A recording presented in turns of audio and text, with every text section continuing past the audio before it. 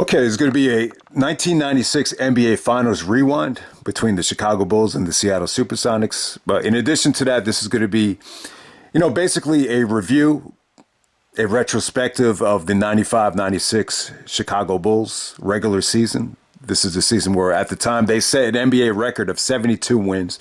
They were 72-10, and they did win a championship. The Warriors actually broke this record in 2016, but they did not win the championship. That was the year where LeBron, finally won a title for Cleveland.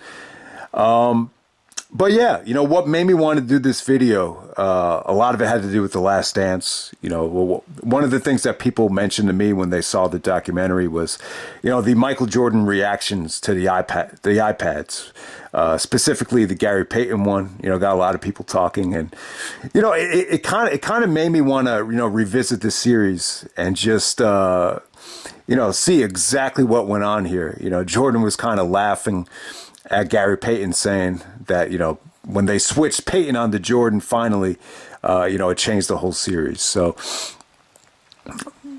going back and watching some of these games, though, I'm a little bit amazed at the competition level, man. This was just great competitive basketball. I mean, it wasn't pretty. Is this the most memorable NBA Finals in Chicago Bulls history?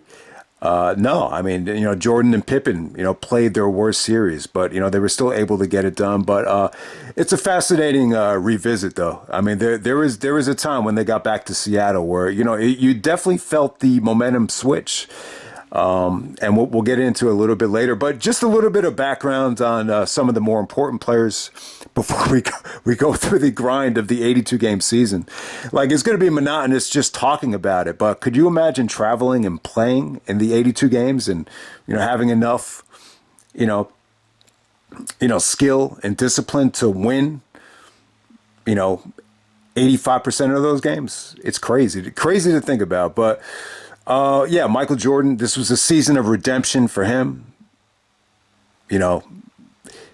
His father passed away. He went to play baseball. Some people, the public perception was that he was somewhat of a failure, which isn't really true, but, a lot of it had to do with the strike, the replacement players. Jordan was going to be a replacement player. He wasn't really feeling it, but he always really, it was always almost a fantasy to kind of skip the monotony of the 82 games and just come back for the playoffs. And yeah, he pretty much got to live out that fantasy in 1995, but he just kind of ran out of gas against the Magic. Despite, some amazing moments, the 55 points at the Garden. He had an amazing game against the Hornets in the first round. But, when you get to that Orlando series, you could just see, there was no gas left in the tank. And I think more than anything, it just proved to him that you can't cheat the process. There's almost like a charm and art, to competing in the 82 games to get you ready, for the finals or ready to win the championship. And that's exactly what happened. At the same time, Scottie Pippen, he got played 2 years without Jordan. And I think he missed it. I think he missed, being in that facilitator role. I think he missed all the rewards and all the opportunities that came with playing with Jordan. I just think he truly missed, Michael Jordan as a person. I know they're at odds right now, and there was a lot of animosity between them after the documentary. But the bottom line is, I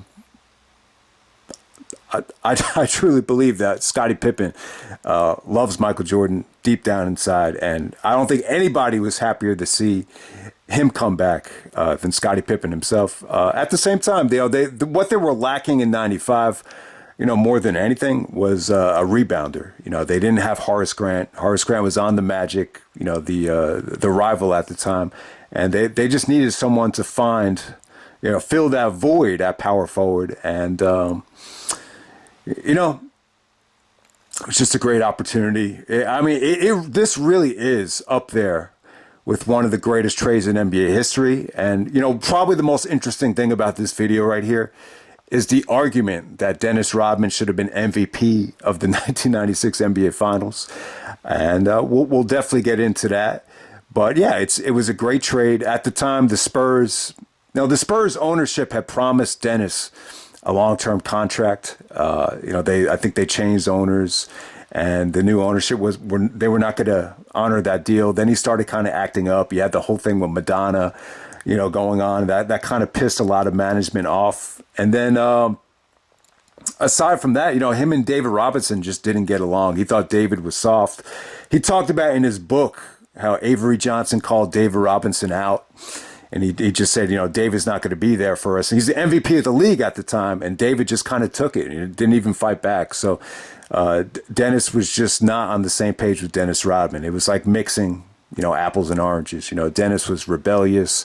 David Robinson is a born-again Christian. So it's just two different personalities, and obviously they weren't meshing.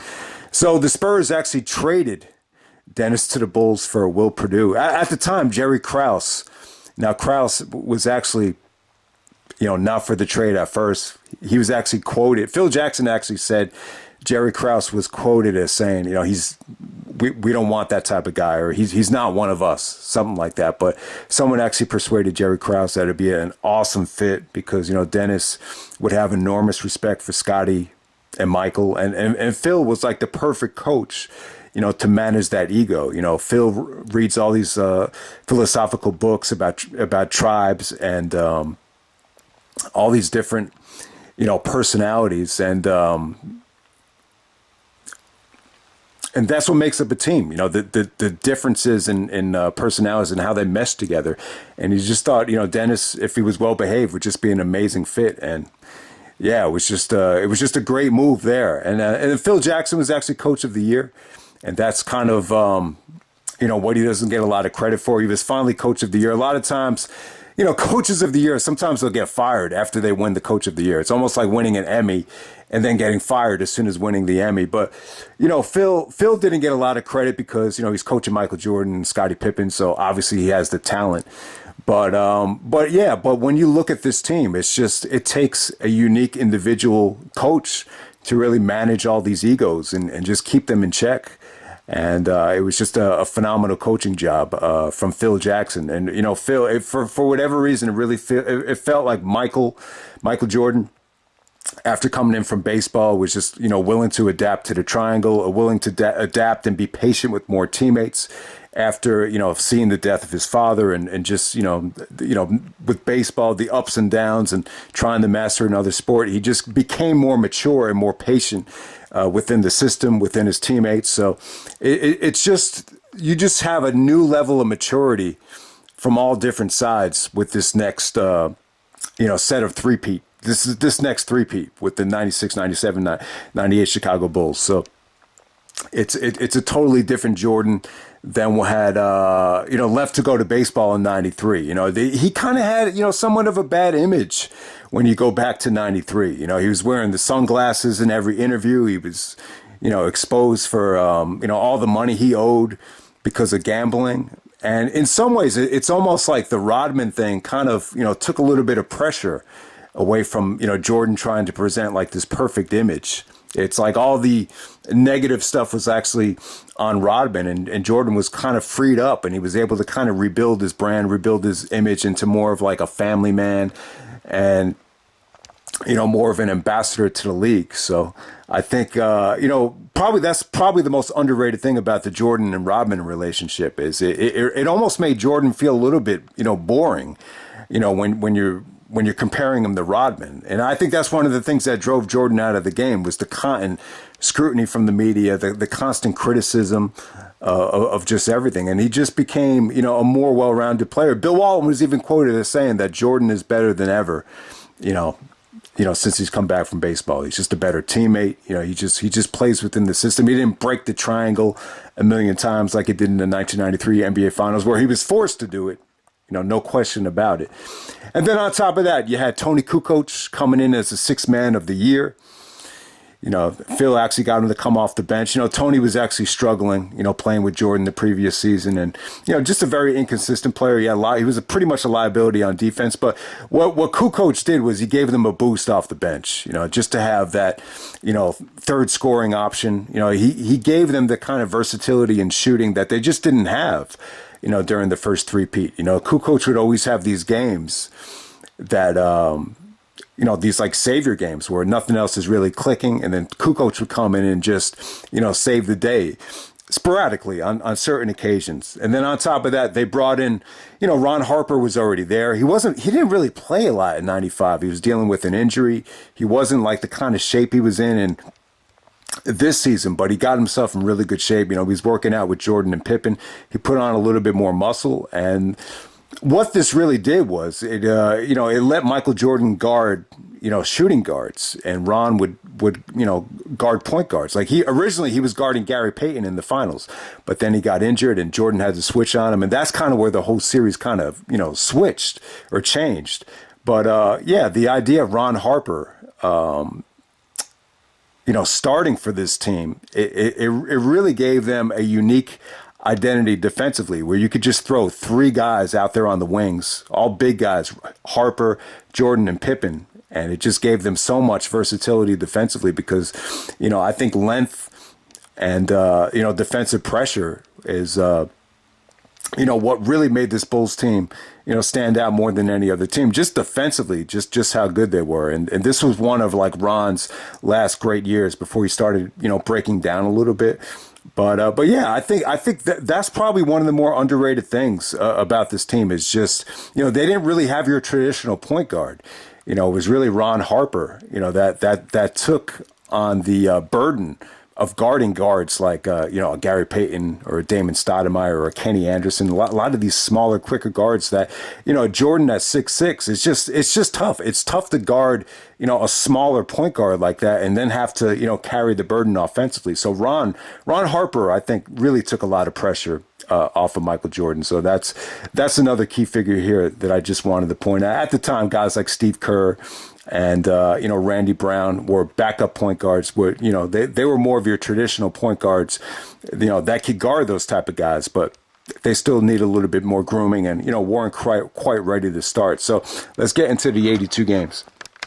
Okay, so now we get into the monotony of the 82 game schedule. So let's go back to November of 1995. The funny thing is, Pippen is actually out for the first game, and then Rodman actually suffers an injury after the first three games. It's a calf injury, so they're minor injuries, but Pippen actually comes back the second game. So Jordan pretty much has to carry the scoring load by himself. So I think a lot of eyeballs were on this game. This was the TNT game on a Friday night.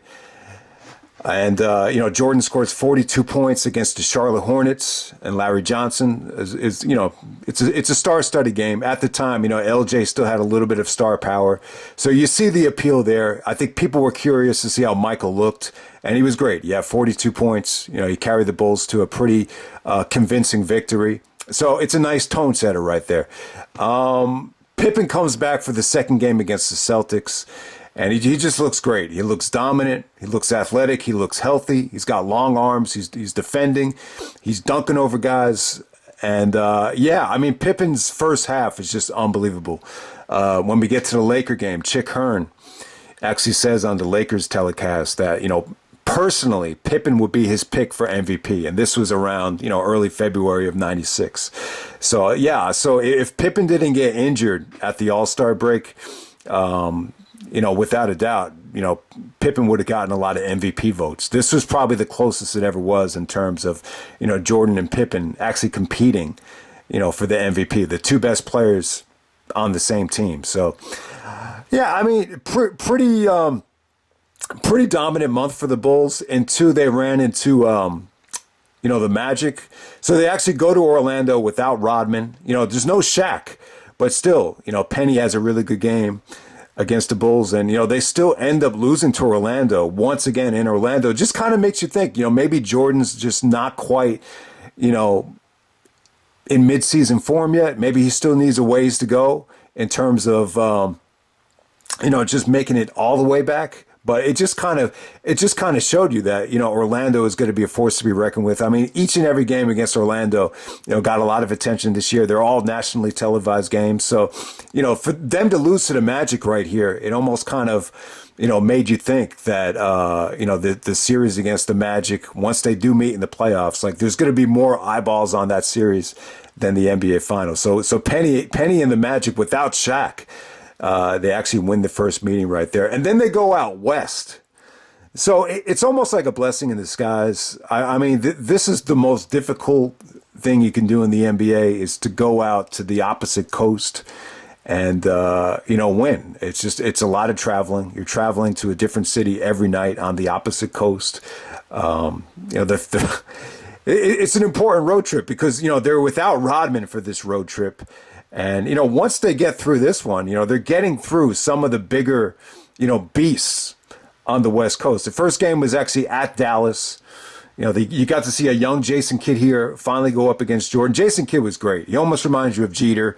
He almost reminds you of almost Jordan-like in terms of his will to win, his passing. It was a great game. It actually went into overtime, but the Bulls still prevail over the Dallas Mavericks at Dallas. Deion Sanders and Michael Irvin from the Cowboys were actually in attendance for that game. So that was one of the more memorable games of the season because it went into overtime. You get to see Jordan go at it against Jason Kidd for the first time. All right, so the next game was at San Antonio. This was a TBS game. And they won pretty easily here without Rodman. You could definitely tell the Spurs were not the same team without Rodman. I think that's why David won the MVP. He had Rodman to help him, get the best seed in the West. He was able to be himself, able to take the burden off of him with all the rebounding. And I just don't think David really appreciated, how good Dennis Rodman was. I really do feel like that. So, this is a game at San Antonio that they would typically lose. Like, I remember when you go back to the 92 season, they went on that Texas road trip, and they even went out to Utah as well. And, the game against the Spurs, especially against the Spurs and the Rockets, games like that against a dominant center like a David Robinson or a Hakeem Olajuwon, the Bulls would usually get beat in those games, especially during the first three-peat. But, the second three-peat, maybe they're a little bit better. But the fact that they were able to beat David without Dennis Rodman, I think it really showed you that this was, the team had a little bit more depth than some of the teams in the past. And once again, I remember right before Thanksgiving, they go out to Utah without Rodman. You don't have Rodman and Malone battling the whole game. They were able to double team Malone and pick their spots, and they timed it out right. Jordan got some really, really nice fast break dunks. This is the most respect Jordan ever got in Utah. I mean, they booed the crap out of the Bulls in 97 and 98, but, they treated Jordan. I know it was just fun to see him back, I think. And he had 34 points, and they were able to have Thanksgiving dinner in the hotel. I think they got footage of Pippen, grabbing a couple of turkeys at the hotel later on that night. But yeah, very memorable game against Utah. I do remember that game. And once again, that's a game that they would normally lose. I remember in 92, Jordan missed a couple of game-winning shots in overtime. That was when Jeff Malone used to guard him, and he actually got thrown out of the game. He broke the blackboard. Michael Jordan airtime really goes in depth about how frustrated he was on that loss to Utah because, they were still trying to win 70 games that year. But, the losses during that road trip to Texas and going out to Utah, that's what cost them the 70 games that season. Ultimately, they only ended up winning 67 back in 92. And then when you go to Seattle, they actually lose to Seattle. I thought Pippen actually looked a lot better against the Sonics in the regular season as opposed to the finals. But we'll talk about that a little bit later. So yeah, Jordan and Pippen still look solid there. But without Dennis Rodman going up against the Sonics, I just don't think they had a chance. When you're facing guys like Sean Kemp, Sam Perkins. These are big dudes. It's a very athletic team. Not having Rodman the rebound against Seattle in that situation definitely hurt him. I mean, Gary Payton said they beat him pretty handily. They only won by 5, but still, you could definitely tell. The Bulls without Rodman against a team like that was definitely not going to work. Jordan had said that the three-peat, the second three-peat wouldn't have happened if they had Horace Grant. He said that they definitely needed Rodman if they were going to do it. So you almost get the feeling, especially if you go back and watch the finals, like if they had Horace Grant in that spot instead of Rodman, Seattle probably gets the job done and wins that finals. And then they beat Portland at Portland. This is after Portland had lost Clyde Drexler. So It was a pretty exciting game. Jordan actually got a breakaway dunk at the end of the game. And then when they go to the Grizzlies, and I'm not going to be spending this much time on all the months, but this was a very eventful month because of the road trip. So when it went out to Vancouver, this is the first time Jordan's ever at Vancouver. This is the Vancouver Grizzlies' first year in the NBA. And that's kind of one of the more underrated things about this year, too. If you want to make the argument against this team, you could always say, it's expansion. I remember when Mark McGuire and Sammy Sosa, broke the home run record in 1998. McGuire was, he wasn't saying that he was taking steroids. He kept blaming it on expansion. He's like, it's expansion, just to take the focus off the steroids.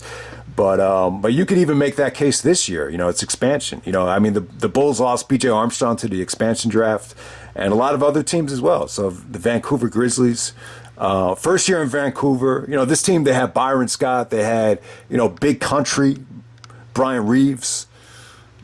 They had Blue Edwards. They had a pretty couple of good players. Antonio Harvey.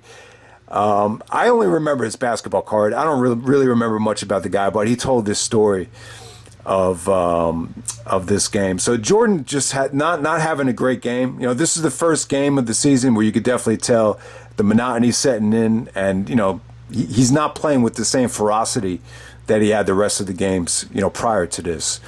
But there's a player named Derek Martin, I believe is his name. He actually played with Jordan when he was filming Space Jam and some of the pickup games, and he was like talking trash to him the whole game. And then he said to him, like, yeah, I told you you're really not that good. I told you we were going to beat you. We're going to get you in this game. Just saying normal trash talk doesn't sound like anything too disrespectful. And then after the coach hears him talking trash, they pull him from the game. And he's still talking trash to Jordan when he's, sitting out of the game. And Jordan actually goes up to him and says, tell that little bitch to shut up. And then all of a sudden, he just flips the switch. Even Bill Wennington told the story in the championship season recap. He said that, they should have lost the game. They just didn't have it this night. And then all of a sudden, Michael said, yeah, I can't let this shit happen. And then bang, he just flips the switch. He scores 19 points. He must have scored 19 in the fourth quarter. But it's just beautiful to watch. This is one situation where he just broke the triangle. He was getting steals, full court dunks. There's one move in the game that's just mesmerizing. So I think Byron Scott is guarding him. He's actually doing jab steps to him. He's like jabbing him from the corner. And then he drives on him. Big Country actually comes to block it. And Jordan switches to his left hand and just finishes. It's an unbelievable play for him to be able to finish with his left hand over all those bodies. After all that footwork, it's just mesmerizing. That's one of the great things about watching Jordan this year. You could just see his footwork was just insane. His fadeaway jumper, how he played within the triangle. And then, if the triangle wasn't working, you're playing from behind. Good luck stopping him when he's trying to go one-on-one against everybody. He was just that good. And, it's unnatural to play with that kind of intensity every night, to play with that type of, chip on your shoulder. But in that situation where, you kind of, you can't find that extra layer, and then someone could give it to you just by trash talking, sometimes you really need that. And that's what got him going that night.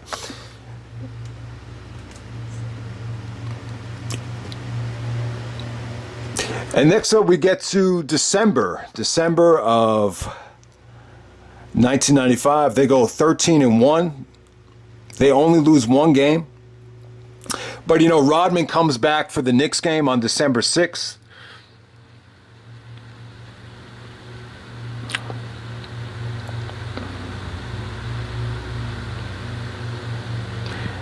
It's clear at this point that, Jordan and Pippen, they're just clicking on all cylinders.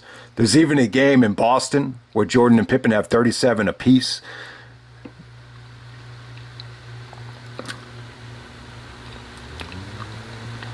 So they don't lose a game in December until you get to the day after Christmas. And the funny thing is, I don't know if anyone's noticed this before. This might have been one of the only years where there's no Christmas Day game. Maybe because Jordan had retired, the ratings were down one Christmas and they decided to go without the game. So going into this season, there's no scheduled Christmas Day game. So they actually play the Pacers the day after Christmas. I'll tell you, the day after Thanksgiving, the day after Christmas, those are probably like two of the hardest games to play. There's just holiday, burnout at that time. So they actually lose to the Indiana Pacers at Indiana. And it's funny, when you go back to the Last Dance documentary, Jordan actually credits, Indiana along with Detroit for being the biggest, obstacle in the Eastern Conference, even more so than the Knicks. He didn't really credit the Knicks. He said Indiana and Detroit. And it's funny, like there was really only one year where Indiana, challenged them in the playoffs and took them to 7 games. It wasn't like they ever met, before the 98 Eastern Conference Finals. But, maybe Jordan's saying that because, they really struggled against them in the regular season. I mean, when you go back to Jordan's comeback game on May 19th, 1995, I mean, they lost that game at Indiana. So, and then when they face Indiana again at Indiana, they lose again. This is a TNT game the night after Christmas. They get the revenge and they win in Chicago 3 days later against Indiana. But, the bottom line is, like, this Indiana team in 96, they definitely looked like they had a lot of potential. I think what happened was, I don't remember a lot about that first round matchup against Atlanta. The only thing that I remember is Reggie actually hurt his eye. He was wearing like these sunglasses to protect his vision, and they must have had a little bit of other injuries. And, maybe Larry Brown shortly left the team, after that. But, clearly Indiana definitely kind of fell apart at the end of that season because, you would have expected big things out of Indiana because they were one game away from the finals when they lost to Orlando in 95. So, yeah, so something must have happened to them. I'm going to assume a lot of it had to do with injuries. I do remember Reggie being injured with the eye situation. And then when we get to January, all right, this is the most dominant month that the Bulls had. There was one stretch where they were 33-2.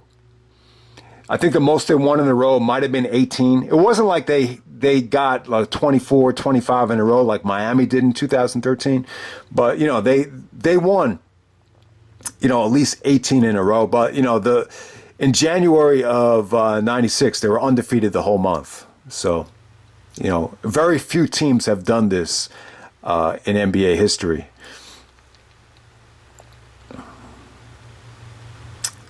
And one of the things you'll notice about this Bulls team is, the second three-peat team, especially this year, they always beat Houston. Like, for whatever reason, Houston just wasn't that big of a challenge to them anymore. I think having Rodman when you're going up against Hakeem was definitely a turning point. And, for whatever reason, I just think Houston's guards, especially without guys like Vernon Maxwell and, an aging Clyde Drexler, Jordan would always have his way against, the Houston Rockets. They would typically lose, both of those games, not just the game out in Houston, but, even when Houston would come to Chicago Stadium, they would lose those games. I mean, go back and check the records.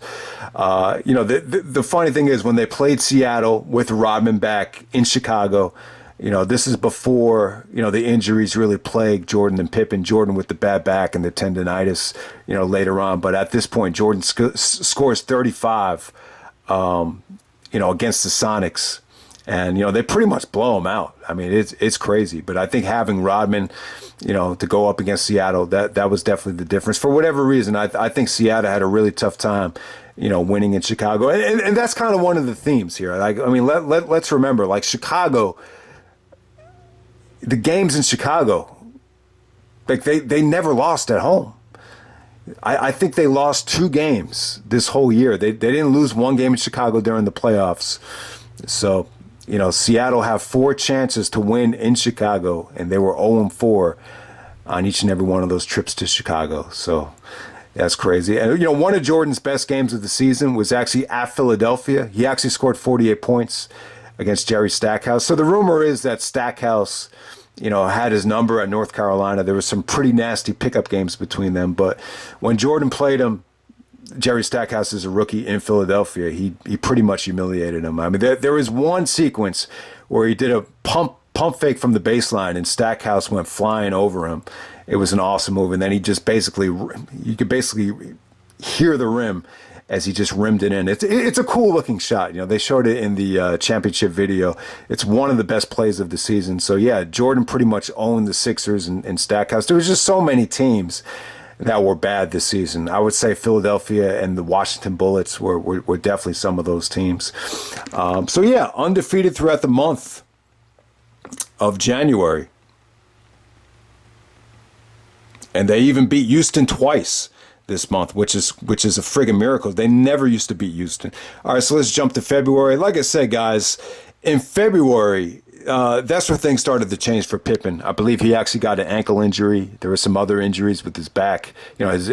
Scotty's always had to deal with a lot of back issues. But, you can legitimately argue that Scottie Pippen was the MVP through the first half of the season. So when they played the Laker telecast is on YouTube with Chick Hearn. And Chick said, Pippen would be his personal choice for MVP because he was just doing everything. His defense, his facilitating, his passing, and he was scoring a lot as well. He just had a lot of juice to him. He looked awesome out there. It was almost LeBron-like. I mean, you could argue that Pippen was basically LeBron James in his prime this season. That's how good Pippen looked. But yeah, one of the more memorable games of the season was at the Lakers on February 2nd for a lot of reasons. If you were to go back to this school year and go to one game, this would be it. Obviously, you got the return of Magic Johnson. This was Magic's second game back. He came back. I mean, he didn't look great. He wasn't in the best of shape. I don't know why he came back, but obviously I think he was inspired by Jordan's comeback. For whatever reason, they let him play.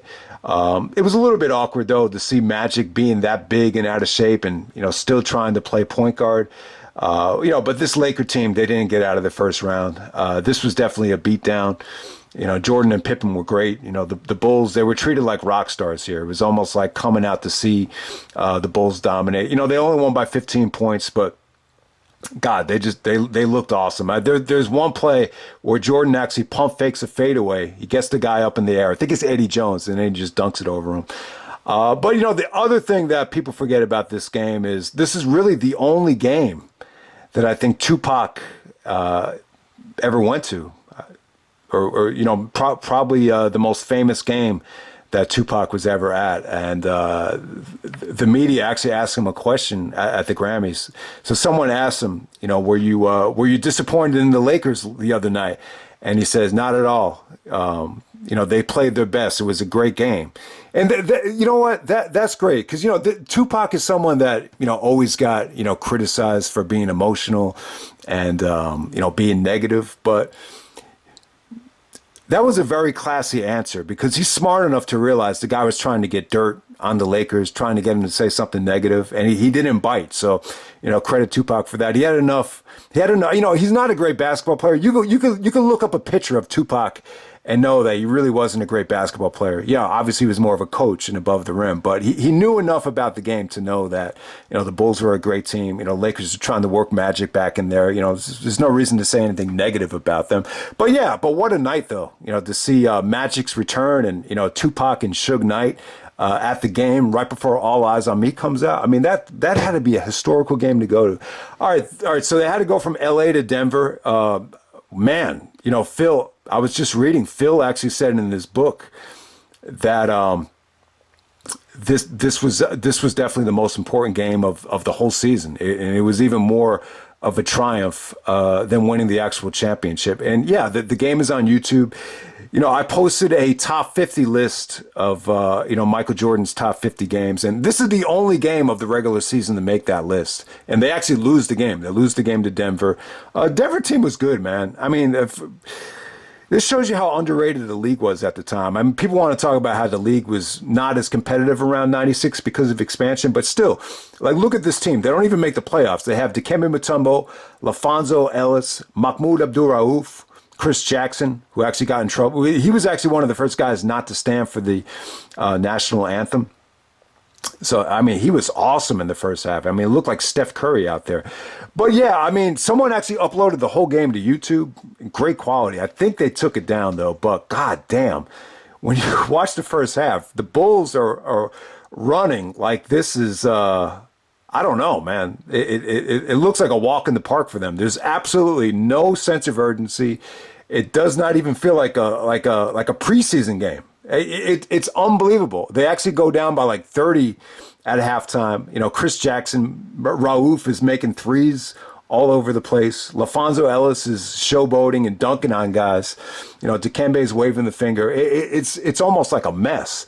And but you know, the Bulls fought their way out of it. You know, Jordan was great. He ended up with 49 points. He scored 22 points in the third quarter. Yeah, man, he was just on fire. You know, shooting threes. You know, they were putting on defensive pressure. You know, Pippen was getting pirouette type of dunks, and they found their way back into the game. You know, they ended up losing the game, but what it did was it just proved that even if they're like sinking in quicksand, they could get out of any situation. You know, Jordan always had a tough time with the altitude, even in Utah, and especially in Utah, like when you go back to the finals. But here in Denver, that's a tough situation to fly in from LA right to Denver. It's tough, and it probably took them a whole half just to get their second win. And yeah, they end up losing that game. They also lose to Phoenix. You know, this is crazy, man, because you know I love the '93 NBA Finals. You know, Phoenix did not win a game on their home court. But hey, man, I'm glad that Barkley was able to get a win with the Suns at Phoenix. And this is Barkley's last year with the Suns, and yeah, I mean he played his ass off in that game. If you watch the highlights, you know he was getting steals, he was getting fast breaks, and you know he played this game like it was his last. So shout out to Charles Barkley. You almost forget that Barkley's Phoenix team was one of the few teams to actually beat the Bulls this season. And then we get to the All-Star break. Michael Jordan actually wins the MVP in San Antonio, scores 20 points. A lot of people think Shaq should have won the MVP, but doesn't really matter though. Pippen actually ends up getting hurt and is never quite the same, you know, for the rest of the season. You know, the next loss the Bulls would have is actually against Miami. At Miami, the highlights have really crappy quality. But if you watch that game, you notice Rex Chapman got really hot. So at the time, you know, this is Pat Riley's first year. He got out of New York. He went to Miami. He's trying to build this team back up. And yeah, it's a remarkable job from Pat Riley. But yeah, they actually lose to Miami at Miami. One of the few times that has ever happened. And so let's go. Is there an Indiana? All right. There's one game from February after the All-Star break I want to talk about. It's actually a NBC game at Indiana. Awesome game. You know, they finally proved that they could win at Indiana. You know, Jordan was under the impression that they were probably going to meet in the playoffs. Well, but this is a really fun game. So Jordan scores 44. Scotty actually scores 40. Dennis Rodman has 23 rebounds. So if you want to pick one game to see, I would definitely say this. If you want to be entertained by just one game throughout this whole season, check out the Indiana game. Obviously, they learned a lot from the Denver game, but the Indiana game, it's a victory, and it's entertaining as hell. You know, the game was so fun. You actually had Jordan and Pippen like competing against each other. So Pippen actually does this one move. He catches it at the elbow, and he fakes a pass one way, and then he goes the other way and dunks it. And Jordan does the exact same thing. Like the next possession, like he fakes the pass to Pippen, and then he goes the other way and dunks it. It's almost like he's competing with Pippen.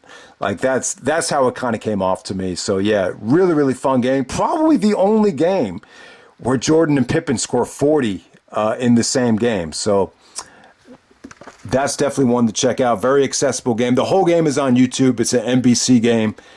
So definitely check that out if you want to be entertained by, you know, any of these games. Okay, so the next time the Bulls lose, God, I do want to talk about that Golden State game. So if you watch the Golden State game on March 1st, that's probably the best showdown between Sprewell and Jordan that you could find on YouTube. It's actually at Chicago. Sprewell does a couple of vicious two-handed dunks in that game. And there's a game where he's actually bitching at the referee because Jordan got away with the push.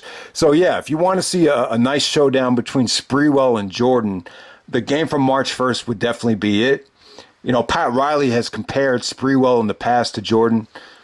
So definitely check that out if you want to see an underrated Sprewell Jordan showdown. You didn't get to see a lot of them because Jordan was retired for a lot of those ones. We didn't get to see it in 1999. Obviously, that would have been an epic clash if that did happen. But yeah, let me jump to March 10th. So they actually lose to the Knicks at New York, and this is funny because it's Van Gundy's first win as a Knick. And the Knicks actually just blow them out. So it was good. It was good for Van Gundy. It was a sign that Van Gundy was going to be more than an interim coach. It was almost like a return to form for the Knicks. And it really just kind of showed you how hard Patrick and those guys love Van Gundy and how they wanted him to succeed. And, they hated Don Nelson. I talked about Don Nelson in the Knicks Blood in the Garden book, but that was just a sign that Jeff Van Gundy was going to be a great NBA coach.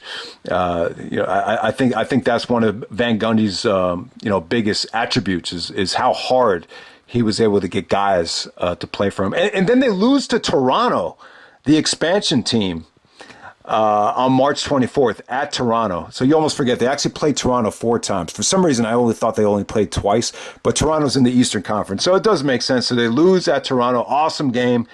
I think it almost goes into overtime. Jordan hits a couple of, what should have been game-winning shots in the last minute of the game. So it's an awesome game. But, the Bulls had a tough time with, Damon Stoudemire. Damon Stoudemire won Rookie of the Year. He's if you haven't seen him, really small dude, lefty, very crafty with the ball. Isaiah actually drafted him, and he was Rookie of the Year. Kind of proof that Isaiah's a little bit underrated as a GM. I mean, he drafted the Rookie of the Year, so give him credit there. But they lose to Toronto. That just showed you, this was the type of season where, every team would get up for the Bulls. And if they beat them, they know they're not making the playoffs, the Toronto Raptors. So when they win, they're going to celebrate like they won the championship. So that's what makes this even more special is, every time you lose to one of these teams, they're going to give you max effort. And if they beat you, they're going to celebrate like they won the whole thing. And then we get to April of 1996. All right, couple memorable games to talk about here. So they finally lose at home. So the first time they lose at home is to the Hornets. They lose by 1 point. And I got to say, I think this is one of the games that probably made Charlotte believe that they need to move on from LJ. Because if you watch the game, it's really the younger, more athletic players that actually came through here. It's actually a guy named Hancock. I can't remember his first name, but a really athletic dude named Hancock. They actually traded for Kenny Anderson. They got Glenn Rice. So this is kind of like the whole start of that whole nucleus. I just don't remember LJ playing that much down the stretch of that game. But yeah, surprisingly, they lose to the Hornets. The Hornets don't make the playoffs that year, and they end up trading Larry Johnson to the Knicks for Anthony Mason.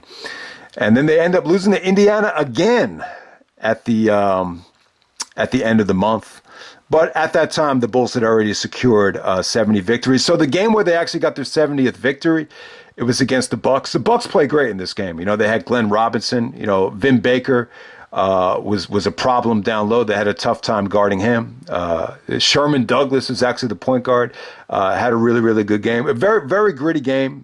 Jordan even said it wasn't pretty, but sometimes there's a lot of beauty in, the ugliness and the scrappiness of pulling out a victory. They were pretty much down the whole game. They were able to win 86-80. Jordan only had 22. Dennis Rodman ended up getting 19 rebounds, and that's what got them their 70th win. Really special night, though. You always remember the embrace with Jordan, Pippen, and Rodman hugging at the end of that thing. And someone actually had a beautiful sign in the crowd. It was 70 in red, and then it had all this glitter and gold on it. It was a beautiful sign. So yeah, that was the 70th victory.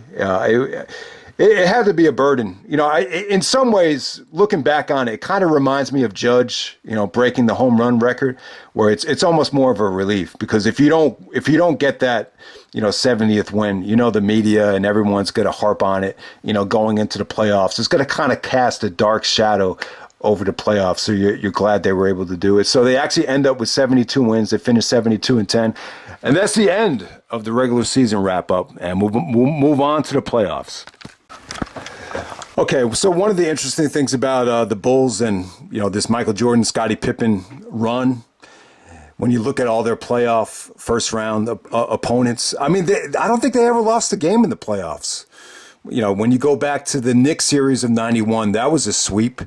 They swept Miami in 92. They swept Atlanta in 93. Even without Jordan, Scottie swept the Cavs in 94. In 95, actually, they actually lost to the Hornets, but the Bulls did not win the championship that year. So they beat the Hornets 3-1. LJ and Alonzo were still there. And then in 96, they sweep Miami. 97, they swept the Bullets. And 98, they swept the Nets. So every time they won the championship, they swept in the first round. All right, so they play Pat Riley and the Miami Heat here. So, yeah, so this is Riley's first year with Miami. He wanted a piece of ownership and all these other demands that Mickey Arison actually granted him. And he actually traded for Alonzo Mourning, at the start of the season. I think halfway through the season, they got Tim Hardaway.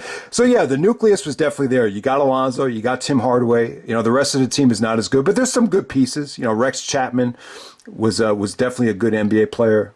Former dunk participant from Kentucky. He's on NBA TV from time to time. You still see him. They have Walt Williams. Pretty good shooter, really, really solid NBA player. But yeah, I mean, the identity was still not complete yet. They still needed to bring in guys like PJ Brown and, other guys throughout the year, Dan Marley as well, to really, get this team over the top. But, it's really one of the most remarkable things that Riley had ever done. I mean, yeah, obviously he built the Knicks back up into a powerhouse, but for him to go to Miami and take, one of the worst teams in the league and have them in the Eastern Conference Finals in his second year is pretty amazing. So, yeah, they get swept here, but, they will meet the Bulls again in the Eastern Conference Finals in 1997. So, yeah, Riley did a great job. And, I'm not a huge fan of Alonzo, but, he's a hell of a competitor. He's not a very skilled player, but, he's one of the hardest working.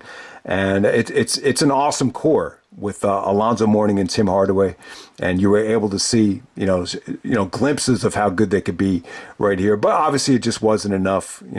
Jordan and Pippen were just too spectacular in this series. What really stands out here, I mean, it was just kind of Jordan and Pippen doing their things for the first two games. When you watch some of the highlights from Game 3.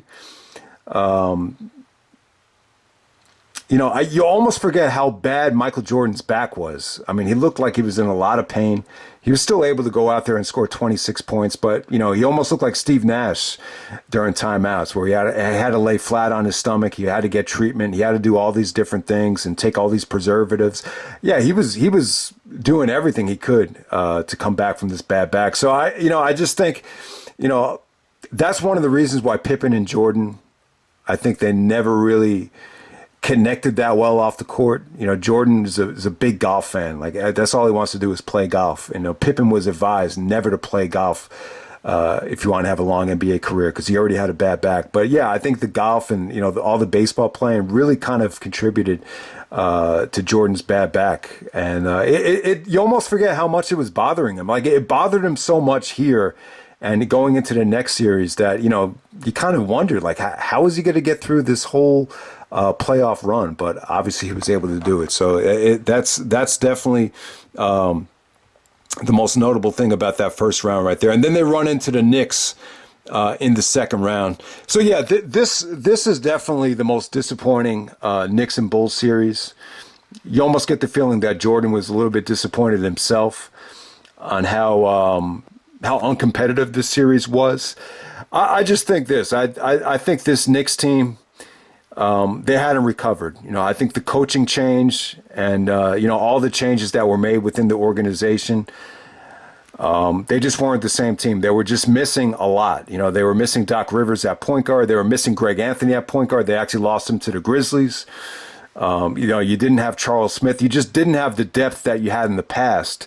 And then at the same time, I just think, the coaching change, with Don Nelson, the guys were just out of sync. They weren't in the kind of shape that they were in when Riley was there, specifically Ewing and Starks. Starks was just, so inconsistent this season. He would just have these ups and downs. A lot of it had to do with, Don Nelson not having a lot of confidence in him. But, the core was still there. I think more than anything, the mistake the Knicks made this season was putting too much trust into Anthony Mason. I think Mason's a good player. But he's kind of a guy I want to see as a role player and coming off the bench. I don't want to see him handling the ball, throughout the whole game, which is what Don Nelson, wanted him to do. But he got his shot blocked more than anybody in the league. Guys like Mason and Oakley, they just weren't as athletic and as versatile as guys like Pippen and Rodman. And it just showed you. Danny Ainge was even saying on commentary, you could think about what the problem is all day long, but the bottom line is that the Knicks are just not as talented as the Bulls right here. And for whatever reason, Jordan was, even with the bad back, the first two games, specifically game 1 and 2, the back was still giving him a lot of trouble. But, while he was on the floor, though, he was really competitive, arguing with the refs, really just, playing with an extra dimension that he wasn't playing with during the regular season. And it definitely paid off. He set the tone. He had 44 points in game 1. And then in game 2, he kind of let the game come to him. Game 2 is actually the Oprah game. There's actually a sequence where Scotty actually goes coast to coast and dunks it right over Derek Harper. And Oprah jumps up. She's actually sitting next to... I believe it's Gene Siskel from Siskel and Ebert there. So that's actually the Oprah game, game 2. Hey, I think what hurt the Knicks in this series, for some reason, all right, obviously we know what the reason is. This was actually Mother's Day weekend. And I think the NBC, they wanted to cash in on back-to-back games with the Knicks and the Bulls. So they actually played back-to-back Saturday and Sunday in New York without a day off. I think, the team that needed the day off was actually the Knicks. The Knicks weren't in the kind of condition that the Bulls were in. So, the Knicks actually win game 3 in overtime. The Bulls are actually up 13 with a couple of minutes left to go. Jordan was great. He had 46 points. He hit a couple of threes to send the game to overtime. But yeah, Starks and Ewing played the games of their lives. So Starks actually takes a 3 at the end of regulation and misses it, and Ewing kind of gives him the death stare. But yeah, Ewing was great in overtime. Starks was actually great here. Starks was actually doing reverse dunks.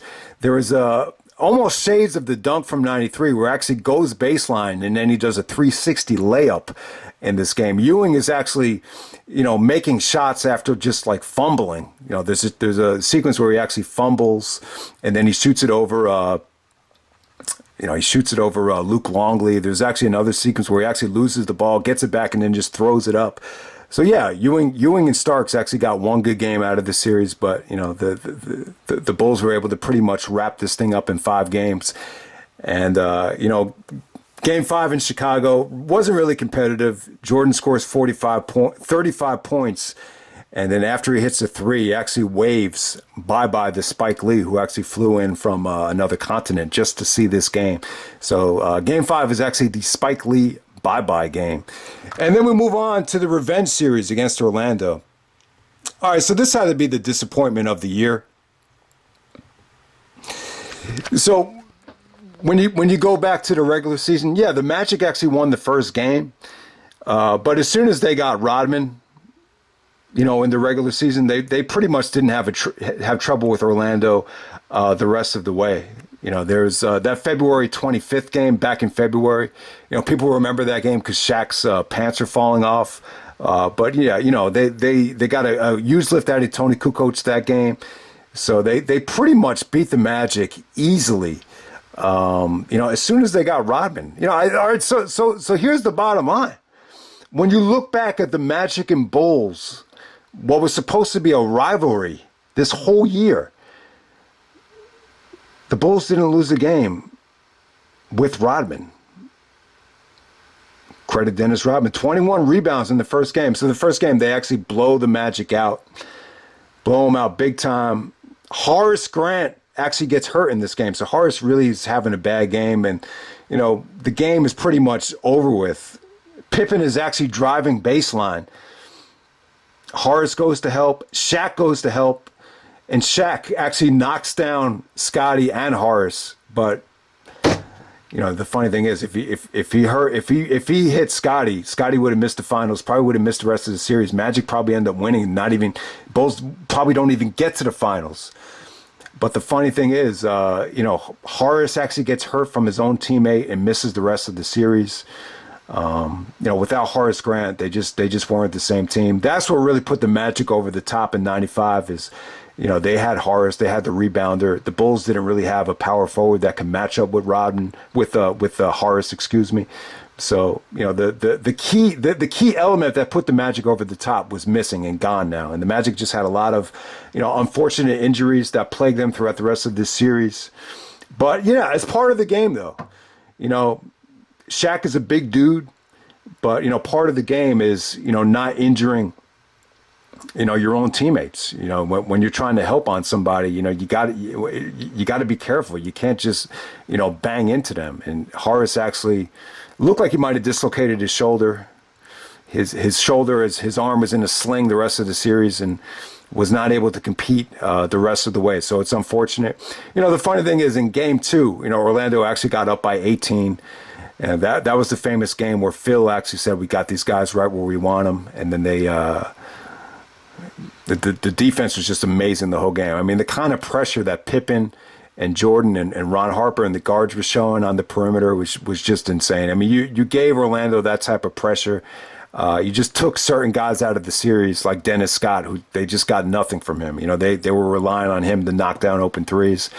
They didn't give Dennis Scott an inch in this series. So they actually came back and won from 18 down after excruciating defense. And when you get to game 3, I mean, Orlando just had nothing left. I mean, they almost came close to setting a record for the lowest amount of points in the history of the Eastern Conference Finals. They only scored 67 points. Some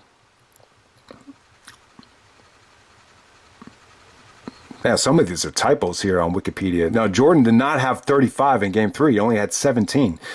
So that's definitely a typo. Game 2 he had 35. And then when you get to the closeout game, this is a great revenge for Jordan. When he smells blood, he smells blood.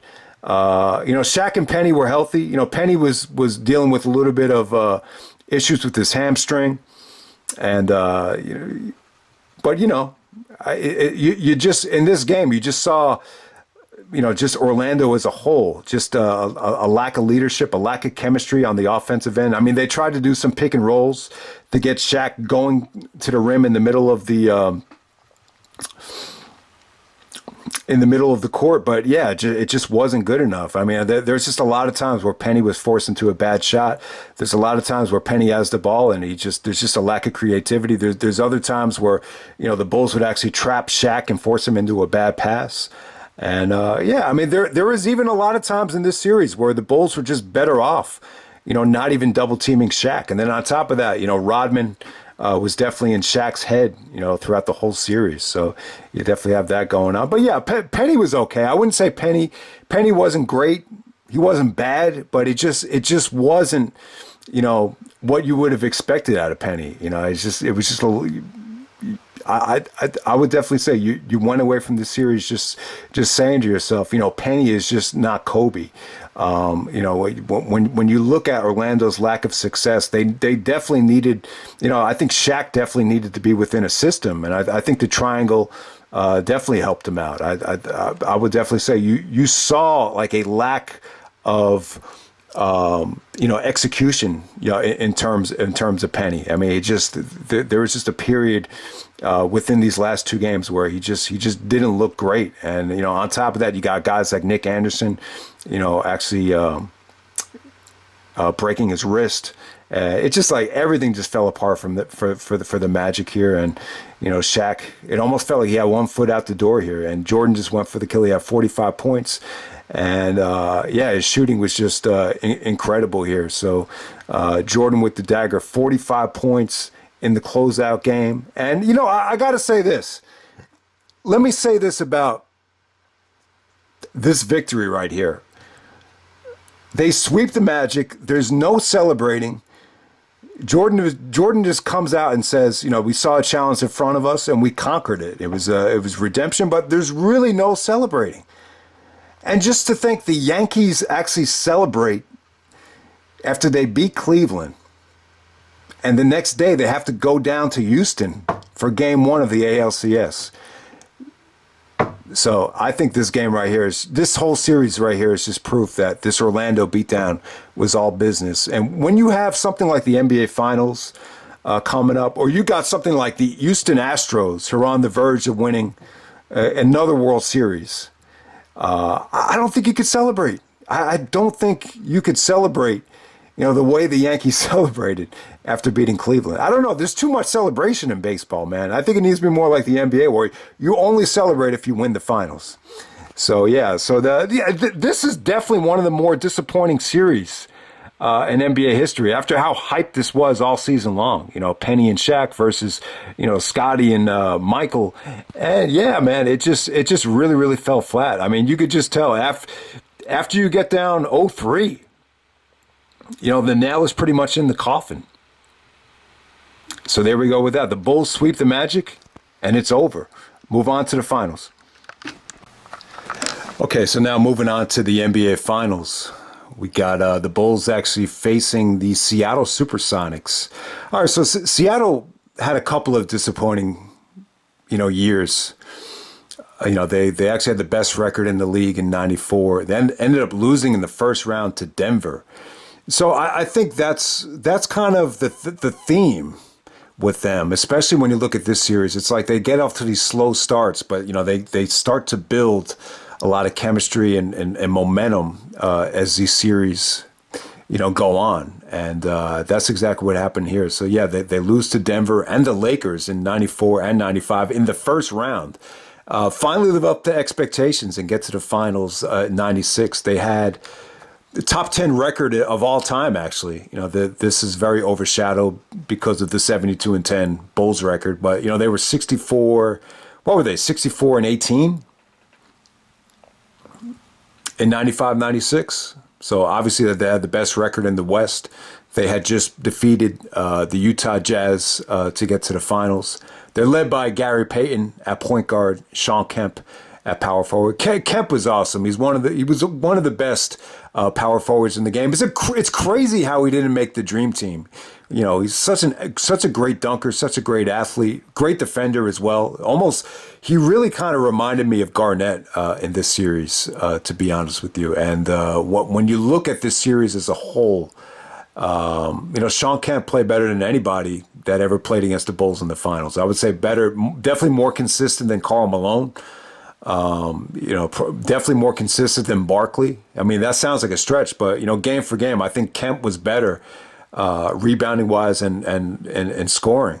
Better than Magic, better than Vlade Divac, even more consistent than guys like Clyde Drexler and Terry Porter from Portland. So it's pretty well documented. Sean Kemp played better against the Bulls than anybody. The Bulls never really had a chance to compete against a dominant center in the finals.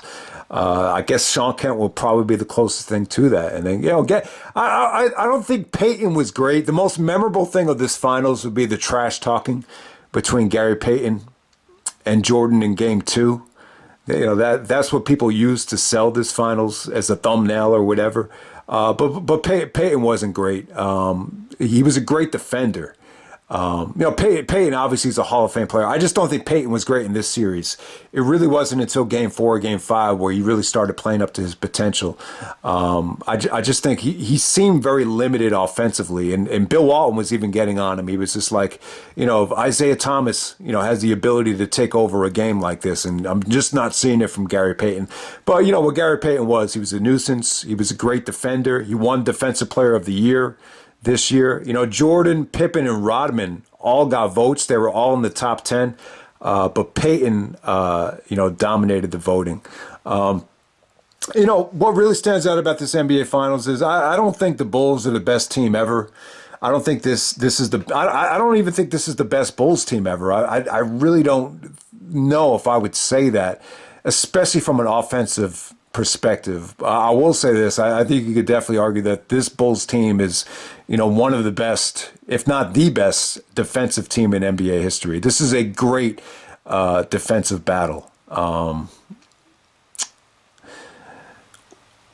What really stands watching this shit back though, man. I'll tell you what really stands out about this series is just how bad the Bulls looked in Game 4 and Game 5.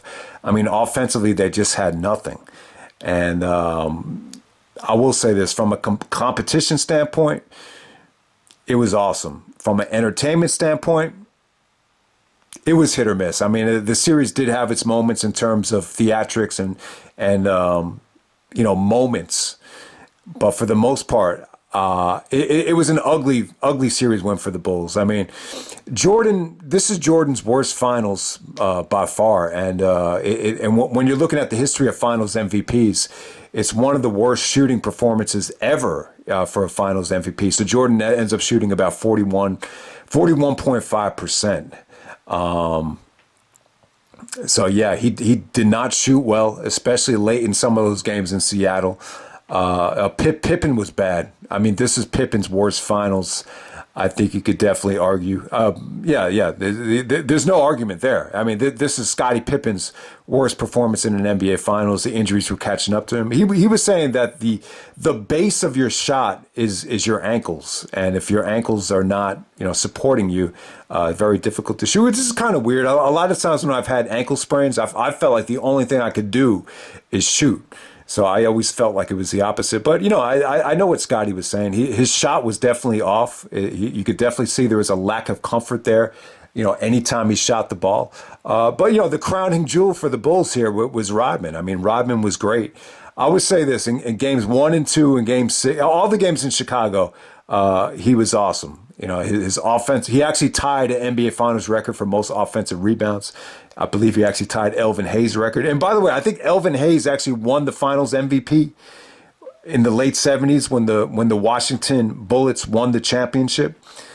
And, he only averaged 9 points, and he basically played a Rodman. He basically had identical numbers to Rodman. Would I argue that Rodman was the MVP in this series? I would actually say no. I just feel like a series that, featured this much lack of scoring and where, both teams are struggling to put the ball in the basket. You need to reward the guy that put the ball in the basket better than anybody. And, even though Jordan didn't shoot well, he found a way. He found ways to score. And when it was time to stick the dagger in the Sonics' heart, he did that in the first half of Game 3. So Jordan definitely did have his moments on the offensive end, but it's by far his worst finals performance, and it's the worst shooting performance in NBA Finals history for a Finals MVP. I think the only one that shot worse was actually Kobe in 2010 when he fought the Celtics in that 7-game war, which was not pretty as well. I think Kobe was like 6 for 24 in Game 7, but. I will say this, when we go back to Game 1 and Game 2 in the United Center from Chicago, man, there's just something lacking in the air. Like it just did not feel like Chicago Stadium. It did not feel like the NBA Final. It just felt like a severe feel-out game between these two teams. Shawn Kemp was dominant, dominant on the offensive boards, really pretty much had his way anytime anybody other than Rodman was guarding him. And I think that might be the one knock on Rodman winning. If you want to, vote for Rodman to have won the MVP in this finals, if Shawn Kemp's numbers were better than anyone the Bulls had ever played, maybe Rodman, could have done a better job on Shawn Kemp individually. There's still a lot of moments where Kemp actually got beat off the baseline with Rodman guarding him. That one spin move in Seattle was beautiful, where he actually spun on him and then did a reverse dunk. So it's not like Shawn Kemp, Kemp gave Rodman a lot of credit, but it's not like Rodman, shut Kemp down. So let's just be clear about that. These games in Chicago, in terms of The Last Dance, when you watch The Last Dance, they make it look like George Karl pissed Jordan off at dinner and didn't say hello to him, and Jordan just lit them up and shut them down and, pretty much single-handedly won Games 1 and Game 2. I mean, Jordan really didn't even score his average. His average this season was 30.5, and I think in Games 1 and 2 in Chicago, he scored 28 and 29. I think he played good. But he did not shoot well in the second half of some of these games. I think Seattle's defense was really, really good, even before they switched Peyton onto him. But when you look at these Bulls victories in games 1 and games 2, like what really put it over the top is the full court defense from Harper and Pippen in game 1, and then game 2, Rodman. Let's not forget about Tony Kukoc as well. Kukoc had one of these monster games where he came off the bench and was just shooting threes and getting dunks, and he actually made some wide open threes. There was one sequence where Kemp actually fouled him, and he got a 4-point play. So give Tony Kukoc credit. He was definitely a weapon off the bench that the Bulls just didn't have in the first three-peat. But yeah, man, I tell you, if you look at game 2. The second half, Rodman pretty much single-handedly won that game. I mean, he really did. I mean, that's the best case you could have for Rodman winning the MVP of just how dominant he was that game. So he tied Elvin Hayes' record for most offensive rebounds in an NBA Finals with 11. He actually ended up with like 20 in that game. There's just so many plays where he actually got, with Jordan's miss, tipped it in. Pippen would miss a free throw at the end of the game. He somehow, some way, he would just come up with it. This seemed like no matter what, Rodman was just coming up with rebounds. And then he actually gets the standing ovation for making the free throw at the end of the game. I'll tell you what, I don't think anyone's ever gotten more standing ovations just for making a free throw than Dennis Rodman. Even when he was with the Lakers for a short amount of time, like anytime he made a free throw, he would get a standing ovation. So yeah, bottom line is Rodman was great in game 2, and then there was like this sideshow too with Frank Bukowski where he would actually bait him into flagrant fouling him. He would bait. It wasn't just Bukowski. It was guys like Nate McMillan. He would bait a lot of these guys into getting technicals, getting thrown out of the game, flopping. He would take charges. So he did these extracurricular activities, not to mention working the crowd. Like when you get to game 6, Pippen gave him a beautiful pass and he got the reverse layup and he rocked the crowd like he was at a Pearl Jam concert. I think Eddie Vedder from Pearl Jam actually went to watch him play. And it's funny because, Sean Kemp's, his NBA Superstars video was, Pearl Jam playing his music. But yeah, I think Sean was more of a Public Enemy fan. But Rodman is like a diehard Pearl Jam fan. So it's kind of interesting to see, because Eddie Vedder is actually from Seattle. So would have been interesting to see who he was actually rooting for. Because, Rodman is his biggest fan, but, Sean Kemp and the Sonics are from Seattle. He's from Seattle. So that's an interesting side note right there. But I'll tell you what, man, when the series went to game 3,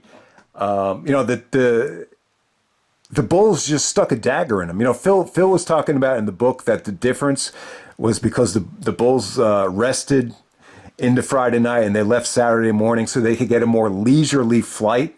And the Sonics were on a flight and, they didn't get the kind of rest that they needed. I don't know if that has anything to do with it, but there was just a lack of intensity when the Sonics came out. Jordan was getting anything he wanted. He was hitting threes. The jumper was on for whatever reason.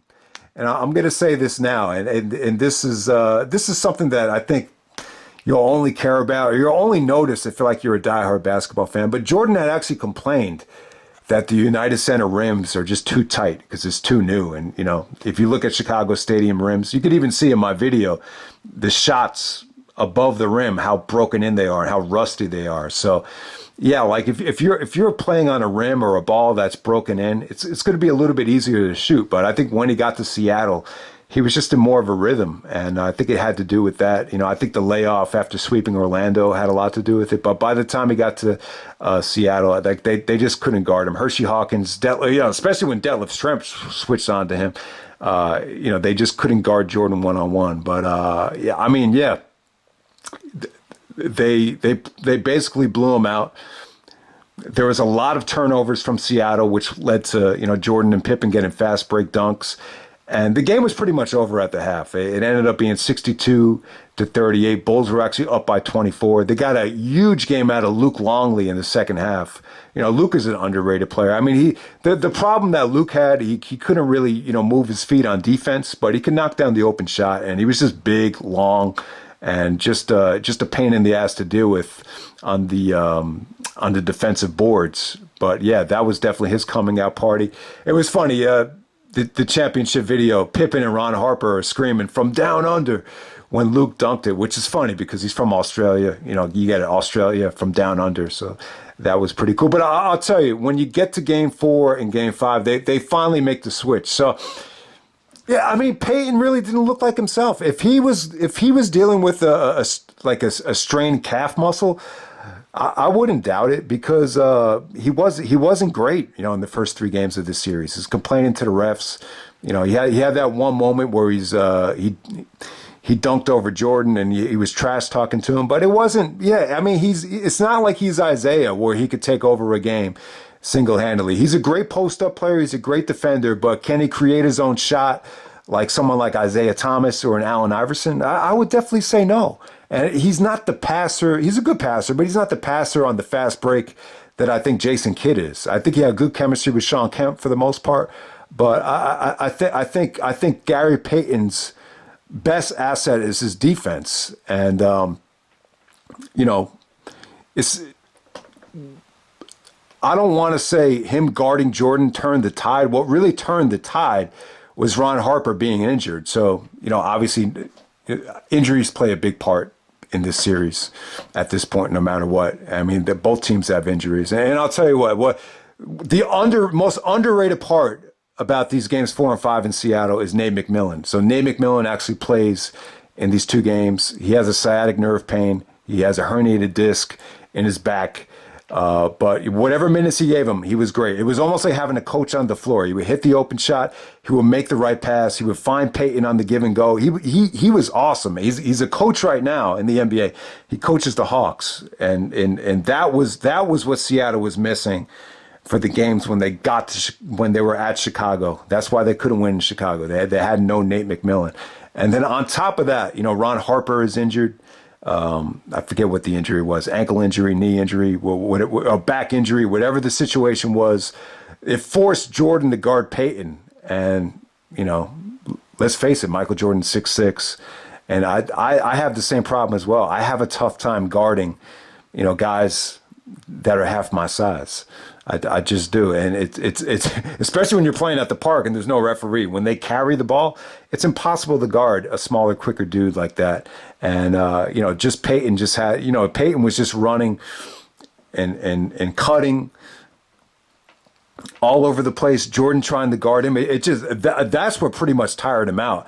And that's why he had such a bad fourth quarter in game 5. But, you know, give Peyton credit. He is right. I think Jordan had a really tough time just catching it in the post. If you notice, a lot of Jordan's baskets this season, you know, they relied on him catching the ball in the triple post in the triangle and, you know, just fading away. What Peyton was doing, he was totally fronting him. And then if Jordan did catch it, you'd have Peyton fronting him, and then who's ever behind Jordan would come and double. It was just impossible for Jordan to get good looks. And by the time he got to the fourth quarter, especially in game 5, he just definitely ran out of gas. But let's not take away from Michael Jordan in this series, though. Even though Peyton did give him a lot of problems and did tire him out, he still played good for the most part. I mean, there's just some tremendous fast breaks that he had in this series. I mean, there's that one beautiful outlet from Rodman. Rodman gives him an awesome outlet. Jordan actually has to catch the ball in midair, and he goes behind Frank Brokowski's back, and then he lays it up over David Wingate to avoid the charge. It's a beautiful play, and you know, he got to the free throw line. He did play what he was really carrying the offense in the first half of games 4 and 5. But you know, the criticism comes in game 5 where he just didn't have a lot of energy left in the tank, and for whatever reason, besides game 3. The first half in game 3, you just never got like that vintage, Jordan performance in this series. You got to see it in Utah in 97 and 98, and again, against the Lakers, you got it. Against Portland in the first game, you got it. Against Phoenix, you got it the whole series. But in this series, for whatever reason, he just never broke through and just had one of those monster games where he was just able to carry the team. So I got to give the Seattle fan base credit, man. I thought they were awesome. Hot crowd. The intensity, the atmosphere, the bitch. I got to say, the bitching, the moaning from the Bulls in Game 5. You got Pippen yelling at guys. You got Jordan, you know, throwing his fist in anger of the referees. I mean, they were getting frustrated, man. Yeah, this series was turning. You could definitely feel it. If the Sonics just had, something that they could be confident about going into Chicago and just winning one game, they would have had a chance. But for whatever reason, it just kind of felt like the Bulls were just unbeatable at home. Like no matter what, you just didn't have a chance. So when they got back to Chicago for Game 6, it was just a great defensive effort. I mean, Pippen was lousy in Seattle. I mean, his shot was awful. Jordan just he could not find that second scoring option. He just couldn't get it from anywhere. He really couldn't. And that's what kind of hurt. I mean, there's a lot of times where Rodman is wide open and he'll airball a free throw, miss a layup. For as good as Rodman was, I mean, you need to put the ball in the basket. And, Jordan just wasn't getting that. But when you get to Game 6, Pippen was kind of back to form. He was taking it to the basket. He was kind of using his defense to create offense. His passing on the fast break to Jordan was definitely there. Kukoc had a good game. Rodman was awesome. Defensively, the job he did on Kemp was good. The working with the crowd.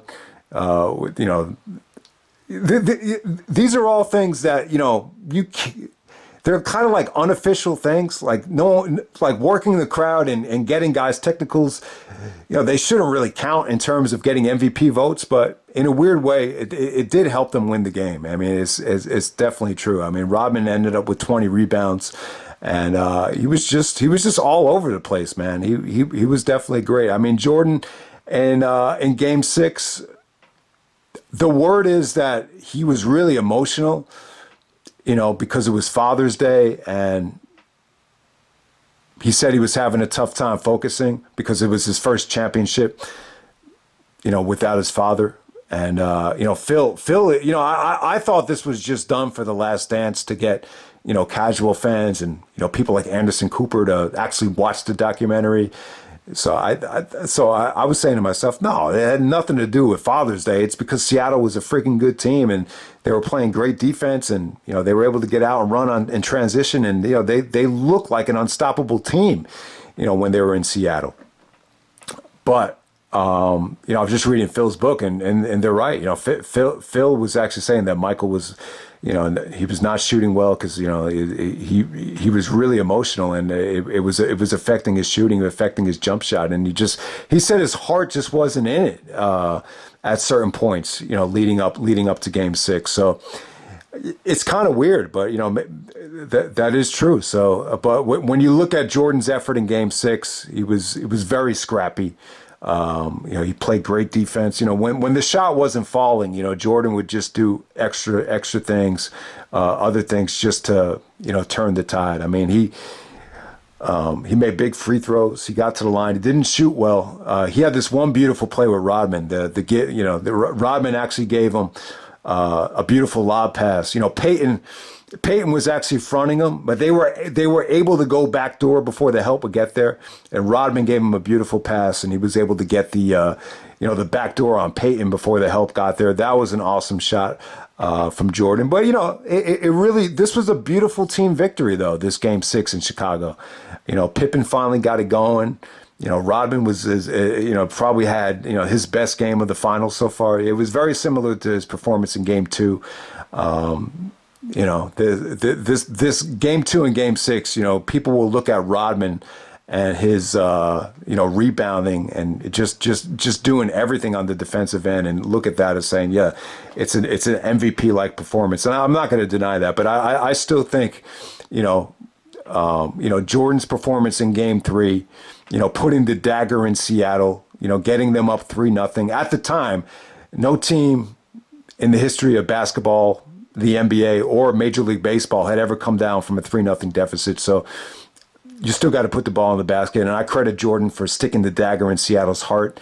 So I'll still say Jordan was the MVP. But I mean, it's an amazing thing to think about. And it makes for a unique discussion. Like if there's one guy that came close to, knocking Jordan out from getting Finals MVP, it'd be Dennis Rodman. I mean, Magic and Larry Bird, they didn't win Finals MVP every single time. It was guys like James Worthy, it was guys like Cedric Maxwell, but yeah, I mean, it wasn't. You would think it's Scottie Pippen would have had a chance to win it in one of those years. I would say that Pippen in '91 was probably his best Finals performance, but there was serious talk about Pippen winning the Finals MVP in '98, and then he shot himself in the foot in Game 5 where he had a really bad game, and then obviously if you watch Game 6, it's the Michael Jordan show, so you had to give it to Jordan after that Game 6. But yeah, but probably the closest guy to dethroning Jordan for the Finals MVP would have been Rodman in '96. So it's incredible to think about. But yeah, a great team victory. The Bulls defense was just too good. Seattle just couldn't get anything going. Guys like Sam Perkins and Detlef Schrempf just missed so many open shots here. And very emotional championship victory. You could tell Jordan just, his father was on his mind. And it's a big loss too, because it's not just anybody's father, but it's the father of the greatest athlete and the greatest player in the history of basketball. And what comes with that is a lot of jealousy, a lot of trials and tribulations, just a lot of the endorsements, the pressures of fame, and the one guy to kind of help him navigate through that was James Jordan, Jordan's dad. And to not have him there on Father's Day, I don't think it was phony. I don't think it was pre-planned or anything like that. I think it was legit, pure emotion from Jordan. The way he, it was basically hugging the basketball like it was his father. And the first guy to jump on him was Rodman and Randy Brown as well. So it was very emotional. Jordan even said in The Last Dance, if he were to pick one championship, it'd be the fourth one because of what it took to get back to that point. The greatness of Rodman, the Pippen evolving, and Phil Jackson's leadership, and just everything. Coming back from trying to master another sport, it not working out, and just the baby steps that you remember to get back after experiencing, incredible levels of fame. And you almost forget what it took to get you there, and to go down a path and almost lose it all, and just to get it back. It's an incredible story of redemption. It wasn't pretty, but it got the job done, and it came within the concept of a team. It's a great team victory, great championship. 72-10 don't mean a thing without a ring, and they got the ring, and the Warriors didn't, so it means a lot. Hope you guys enjoyed the video, and I'm out. All right.